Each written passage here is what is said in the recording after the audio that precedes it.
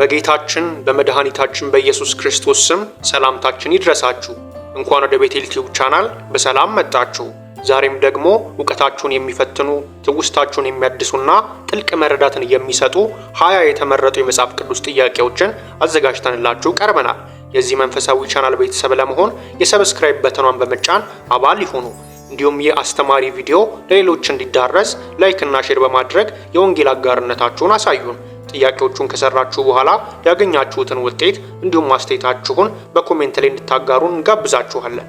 አሁን ዝግጁ ከሆናችሁ ወደ ጥያቄዎቹ እንሂድ። ጥያቄ ቁጥር 1 ከኤልዛቤል ተደብቆ ነፍሱን ለማዳን ወደ ዋሻ የሸሸው ማን ነው? ሀ ኤልሳ፣ ለ ሙሴ፣ ሐመሩሃ ሳሙኤል፣ መ ኤልያስ። 10 ሰከንድ አላችሁ።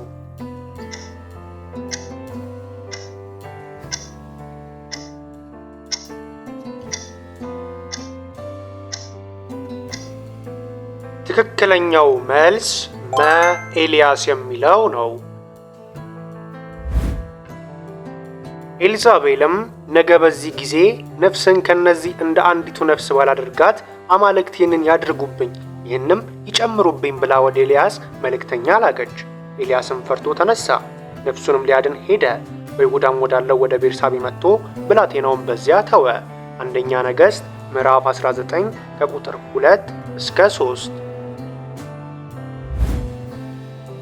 ጥያቄ ቁጥር 2 በሁለተኛው የግብፅ መቅሰፍት ወቅት ምድሪቱን የሞላው ምን አይነት እንስሳ ነው?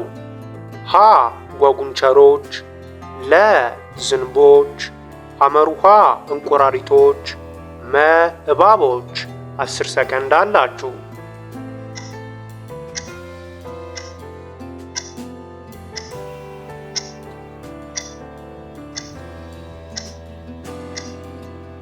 ትክክለኛው መልስ ሐመሩሃ እንቁራሪቶች የሚለው ነው። እግዚአብሔርም ሙሴን ተናገረው፣ ወደ ፈርዖን ግባ እንዲህም በለው፣ እግዚአብሔር እንዲህ ይላል፣ ያገለግለኝ ዘንድ ሕዝቤን ልቀቅ። ለመልቀቅም ቢብትል ግን እነሆ እኔ አገርህን ሁሉ በጓጉንቸር እመታለሁ። ኦሪት ዘጸአት ምዕራፍ 8 ከቁጥር 1 እስከ 2። ጥያቄ ቁጥር 3 በዮሐንስ ራእይ ምዕራፍ 14 ላይ የሰውን ልጅ የሚመስል በራሱም ላይ የወርቅ አክሊል ያደረገው በእጁ ምን ይዟል ይላል? ሀ ስለታማ ማጭድን፣ ለ የከበረውን መጽሐፍ፣ ሐመሩሃ ሰይፍን፣ መ ጦርን። 10 ሰከንድ አላችሁ።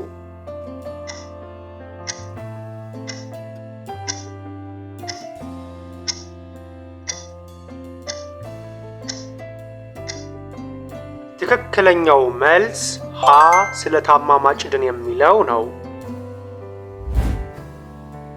ከሰማይም ከእንግዲህ ወዲህ በጌታ የሚሞቱ ሙታን ብፁዓን ናቸው፣ መንፈስ አዎን ከድካማቸው ያርፉ ዘንድ ሥራቸውም ይከተላቸዋል ይላል ብለህ ጻፍ የሚል ድምፅ ሰማሁ። አየሁም፣ እነሆም ነጭ ደመና፣ በደመናውም ላይ የሰውን ልጅ የሚመስል ተቀምጧል። በራሱም ላይ የወርቅ አክሊል፣ በእጁም ስለታማ ማጭድ ነበረው። የዮሐንስ ራእይ ምዕራፍ 14 ከቁጥር 13 እስከ 14። ጥያቄ ቁጥር 4 የሶርያውን አዛዥ ንዕማንን ከለምጹ የፈወሰው ማን ነው? ሀ ኤልያስ፣ ለ ሙሴ፣ ሐመሩሃ ኤልሳ፣ መ ሳሙኤል። 10 ሰከንድ አላችሁ።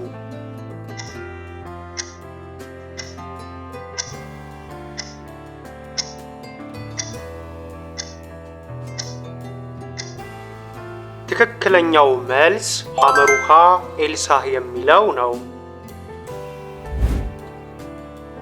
ኤልሳህም ሂድ፣ በዮርዳኖስም 7 ጊዜ ታጠብ፣ ሥጋህም ይፈወሳል፣ አንተም ንጹሕ ትሆናለህ ብሎ ወደ እርሱ መልእክተኛ ላከ። ንዕማን ግን ተቆጥቶ ሄደ፣ እንዲህም አለ፣ እነሆ ወደ እኔ የሚመጣ ቆሞም የአምላኩን የእግዚአብሔርን ስም የሚጠራ የለምጹንም ስፍራ በእጁ ዳስሶ የሚፈውሰኝ መስሎኝ ነበር። ወረደም፣ የእግዚአብሔርም ሰው እንደተናገረው በዮርዳኖስ 7 ጊዜ ብቅ ጥልቅ አለ። ሥጋውም እንደገና እንደ ትንሽ ብላቴና ሥጋ ሆኖ ተመለሰ፣ ንጹሕም ሆነ። ሁለተኛ ነገሥት ምዕራፍ 5 ከቁጥር 10 እስከ 14። ጥያቄ ቁጥር 5 በአዲስ ኪዳን ውስጥ አውንቄ ማን ነበረ ወይንም ማን ነበረች? ሀ የአቴናው ነቢይ፣ ለ ሚስዮናዊው ሰው፣ ሐመሩሃ የጢሞቴዎስ እናት፣ መ የቤተ መቅደሱ ዲያቆን። 10 ሰከንድ አላችሁ።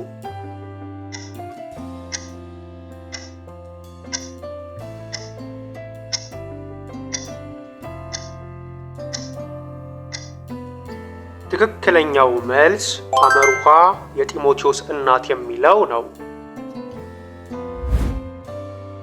በክርስቶስ ኢየሱስ እንደሚሆን የሕይወት ተስፋ በእግዚአብሔር ፈቃድ የኢየሱስ ክርስቶስ ሐዋርያ የሆነው ጳውሎስ ለተወደደው ልጄ ለጢሞቴዎስ ከእግዚአብሔር አብ ከጌታችንም ከክርስቶስ ኢየሱስ ጸጋና ምሕረት ሰላምም ይሁን። በአንተ ያለውን ግብዝነት የሌለበትን እምነት አስባለሁ። ይህም እምነት ቀድሞ በአያትህ በሎይድ በእናትም በአውንቄ ነበረባቸው፣ በአንተም ደግሞ እንዳለ ተረድቻለሁ። ሁለተኛ ጢሞቴዎስ ምዕራፍ 1 ከቁጥር 1 እስከ 5። ጥያቄ ቁጥር 6 ሙሴ በምድያም በሚገኘው የውሃ ጉድጓድ አጠገብ ማንን ረድቷል? ሀ የራጉኤል ሴት ልጆችን፣ ለ እረኞችን፣ ሐመሩሃ የኢያሪኮ ሴቶችን፣ መ የዮቶርን እናት። 10 ሰከንድ አላችሁ።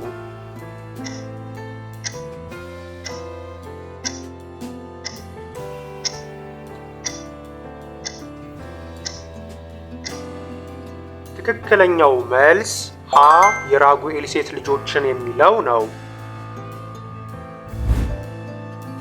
ለምድያምም ካህን 7 ሴት ልጆች ነበሩት። እነርሱም መጥተው ውሃ ቀዱ፣ የአባታቸውንም በጎች ሊያጠጡ የውሃውን ገንዳ ሞሉ። እረኞችም መጥተው ገፏቸው። ሙሴ ግን ተነስቶ ረዳቸው፣ በጎቻቸውንም አጠጣላቸው። ኦሪት ዘጸአት ምዕራፍ 2 ከቁጥር 16 እስከ 17። ጥያቄ ቁጥር 7 በዚች ሰዓት የዛሬ 4 ቀን የ9 ሰዓት ጸሎት በቤቴ ጸልይ ነበር። እነሆም የሚያንጸባርቅ ልብስ የለበሰ ሰው በፊቴ ቆሞ ነበር ያለው ማን ነው? ሀ መላልኤል፣ ለ ቆርኔሌዎስ፣ ሐመሩሃ የእረኞቹ አለቃ፣ መ ዮሐንስ። 10 ሰከንድ አላችሁ።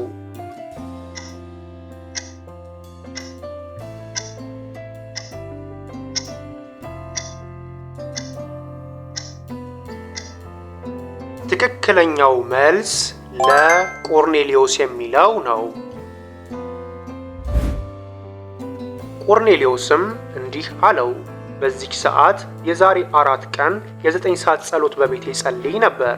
እነሆም የሚያንጸባርቅ ልብስ የለበሰ ሰው በፊቴ ቆመና ቆርኔሌዎስ ሆይ በእግዚአብሔር ፊት ጸሎት ተሰማ፣ ምጽዋትም ታሰበ።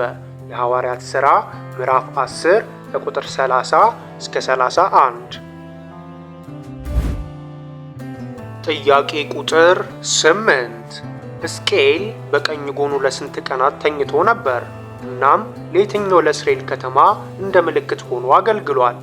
ሀ ለይሁዳ 70 ቀናት፣ ለ ለይሁዳ 40 ቀናት፣ ሐመሩሃ ለእስራኤል 390 ቀናት፣ መ ለኢየሩሳሌም 120 ቀናት።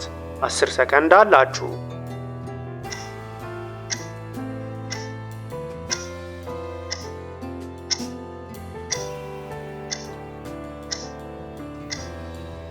ትክክለኛው መልስ ሐመሩሃ ለእስራኤል 390 ቀናት የሚለው ነው። አንተም በግራ ጎድንህ ተኛ፣ የእስራኤልንም ቤት ኃጢአት አኑርባት። በምተኛበትም ቀን ቁጥር ኃጢአታቸውን ትሸከማለህ። እኔም የኃጢአታቸውን ዓመታት ለአንተ የቀን ቁጥር እንዲሆንልህ 390 ቀን ሰጥቼሃለሁ። የእስራኤልንም ቤት ኃጢአት ትሸከማለህ። ትንቢተ ሕዝቅኤል ምዕራፍ 4 ከቁጥር 4 እስከ 5። ጥያቄ ቁጥር 9 ኢየሱስ ደንቆሮውን እና ኮልታፋውን ሰው ለመፈወስ ምን ተጠቀመ? ሀ ጣቶቹን፣ ለ ውሃን፣ ሐመሩሃ የጨርቅ ቁራጭን፣ መ ጭቃን። 10 ሰከንድ አላችሁ።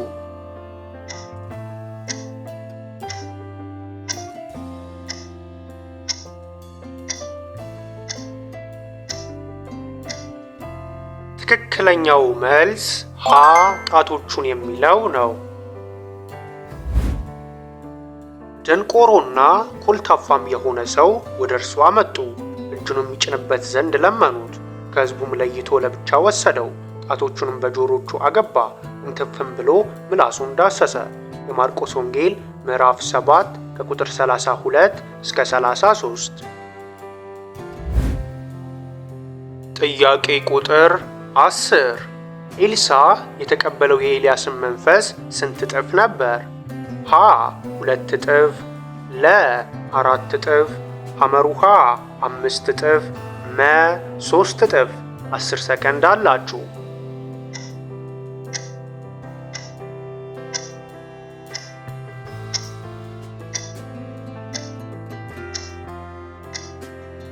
ትክክለኛው መልስ ሀ 2 እጥፍ የሚለው ነው። ከተሻገሩም በኋላ ኤልያስ ኤልሳህን ከአንተ ሳልወሰድ አደርግልህ ዘንድ የምትሻውን ለምን አለው። ኤልሳህም መንፈስህም በእኔ ላይ 2 እጥፍ ይሆን ዘንድ እለምናለሁ አለ። እሱም አስቸጋሪ ነገር ለምንሃል፣ ነገር ግን ከአንተ ዘንድ በተወሰድኩ ጊዜ ብታየኝ ይሆንልሃል፣ አለዚያ ግን አይሆንልህም አለ። ሁለተኛ ነገሥት ምዕራፍ 2 ከቁጥር 9 እስከ 10። ጥያቄ ቁጥር 11 በኢየሱስ ንግግር መሰረት ብዙ ፍሬ ያፈራል ያለው ማንን ነበር? ሀ የሚጸልይ፣ ለ በእርሱ የሚኖር፣ ሐመሩሃ በቃሉ የሚጸናን፣ መ የሚጾም። 10 ሰከንድ አላችሁ።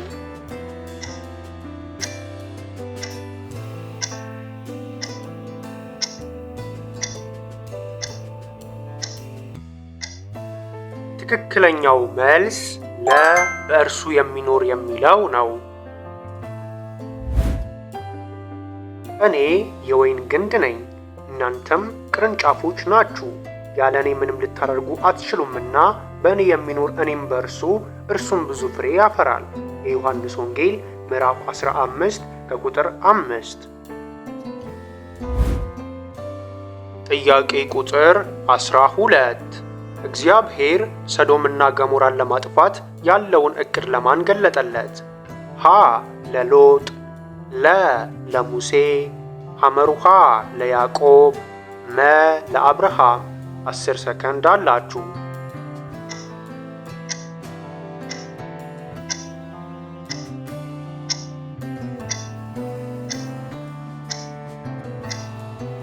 ትክክለኛው መልስ መ ለአብርሃም የሚለው ነው። እግዚአብሔርም አለ እኔ የማደርገውን ከአብርሃም እሰውራለሁን? እግዚአብሔርም አለ የሰዶምና የገሞራ ጩኸት እጅግ በዝቷልና ኃጢአታቸውም እጅግ ከብዳለችና እንግዲህስ ወደ እኔ እንደመጣች እንደ ጩኸቷ አድርገው እንደሆነ ወርጄ አያለሁ፣ እንዲህም ባይሆን አውቃለሁ። ኦሪት ዘፍጥረት ምዕራፍ 18 ከቁጥር 17 እስከ 21። ጥያቄ ቁጥር 13 ሕዝቧን ከጥፋት ለማዳን ሕይወቷን አደጋ ላይ የጣለችው የትኛዋ አይሁዳዊት ሴት ናት? ሀ አስቴር፣ ለ ኑሃሚን፣ ሐመሩሃ ሩት፣ መ ዲቦራ። 10 ሰከንድ አላችሁ።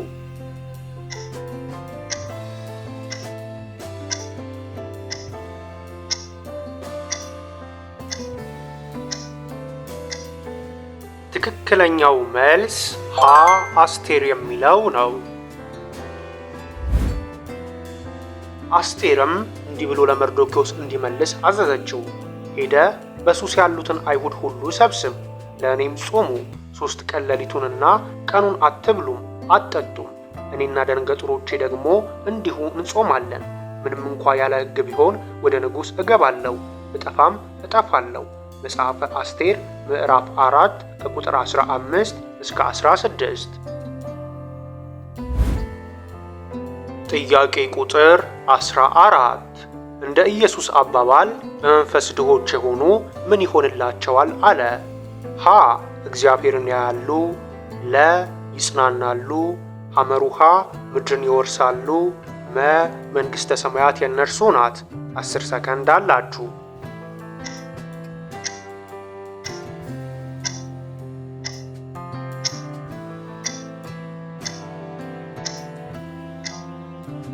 ትክክለኛው መልስ መንግሥተ ሰማያት የእነርሱ ናት የሚለው ነው።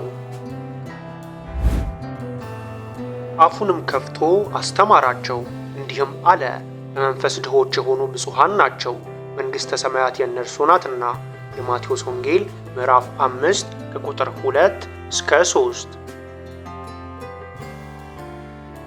ጥያቄ ቁጥር 15 ሎጥና ሁለት ሴት ልጆቹ የሰዶም ጥፋት ከደረሰ በኋላ ወዴት ሸሹ?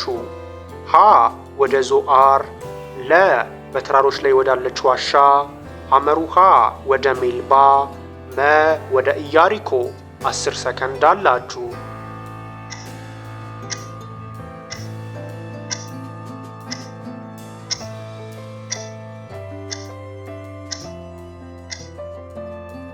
ትክክለኛው መልስ ለ በተራሮች ላይ ወዳለች ዋሻ የሚለው ነው።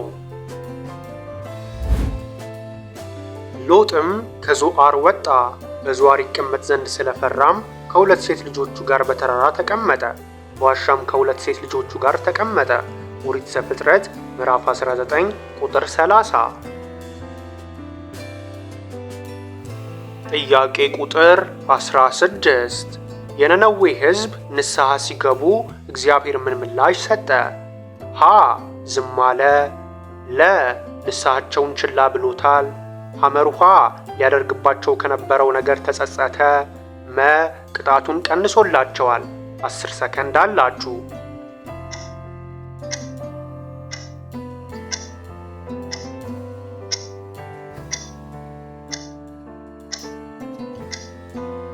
ትክክለኛው መልስ ሐመሩሃ ሊያደርግባቸው ከነበረው ነገር ተጸጸተ የሚለው ነው።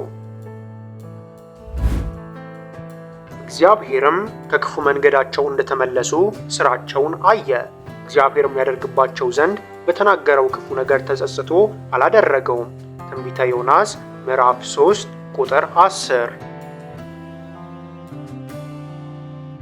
ጥያቄ ቁጥር 17 ጴጥሮስ ከእናቱ ማኅፀን ጀምሮ አንካሳ የነበረውን ሰው ይህን ያለኝን ግን እሰጥሃለሁ ያለው ምን ነበር?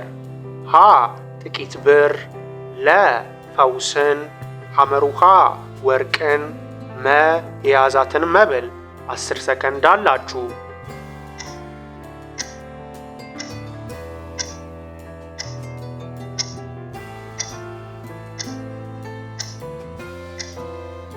ትክክለኛው መልስ ለፈውስን የሚለው ነው።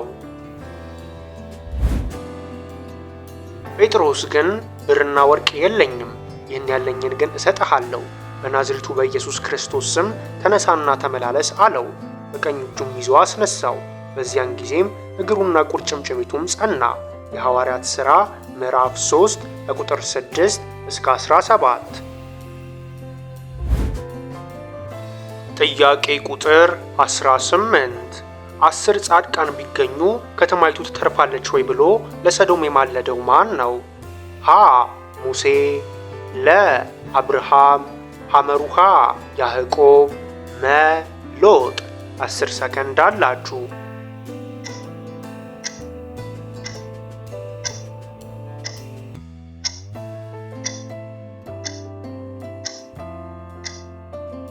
ትክክለኛው መልስ ለአብርሃም የሚለው ነው። እርሱም እኔ ደግሞ አንድ ጊዜ ብቻ ብናገር ጌታዬ አይቆጣ፣ ምናልባት ከዚህ 10 ቢገኙሳ አለ። እርሱም ስለ 10ሩ አላጠፋትም አለ። እግዚአብሔርም ከአብርሃም ጋር ንግግሩን በጨረሰ ጊዜ ሄደ። አብርሃምም ወደ ስፍራው ተመለሰ። ኦሪት ዘፍጥረት ምዕራፍ 18 ከቁጥር 32 እስከ 33። ጥያቄ ቁጥር 19 ከአጋር የተወለደው የአብርሃም የበኩር ልጅ ስም ማን ነበር? ሀ ይስሐቅ፣ ለ ያዕቆብ፣ ሐመሩሃ ኤሳው፣ መ እስማኤል። 10 ሰከንድ አላችሁ።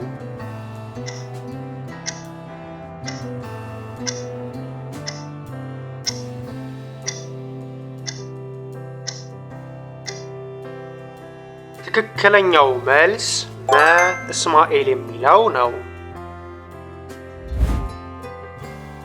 አጋርም ለአብርሃም ወንድ ልጅን ወለደችለት።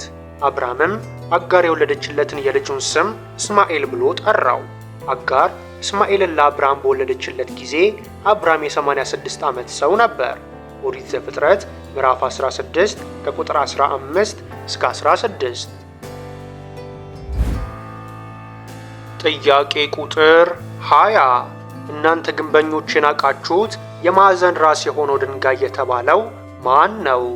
ሀ ሙሴ፣ ለ ዳዊት፣ ሐመሩሃ ኤልያስ፣ መ ኢየሱስ። 10 ሰከንድ አላችሁ።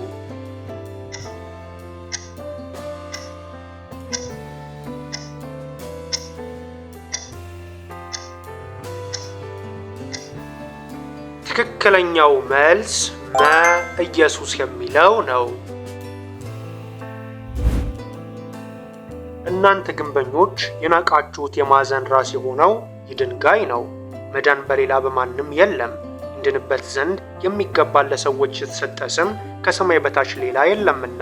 የሐዋርያት ሥራ ምዕራፍ 4 ከቁጥር 11 እስከ 12። ክቡራን የቤቴል ቲዩብ ተከታታዮቻችን የዛሬው የመጽሐፍ ቅዱስ ጥያቄና መልስ ዝግጅታችን ይህን ይመስል ነበር። እስከ መጨረሻው አብራችሁን ስለቆያችሁ ከልብ እያመሰገንን ከቀረቡት ጥያቄዎች ውስጥ ስንት እንደመለሳችሁ በኮሜንት መስጫ ሳጥን ላይ አስቀምጡልን። የእግዚአብሔር ቃል ለነፍሳችን ምግብ ለልባችንም ብርሃን ነውና ሁልጊዜ የቃሉን እውቀት መፈለጋችንን አንተው እያለን ይህ ቪዲዮ ለሌሎች እንዲዳረስ ላይክ እና ሼር ማድረጋችሁን እንዳትዘነጉ እያስታወስን በሚቀጥሉት በሌሎች ድንቅ አስተማሪ ዝግጅቶች እስክንገናኝ ድረስ መልካም ጊዜ ይሁንላችሁ።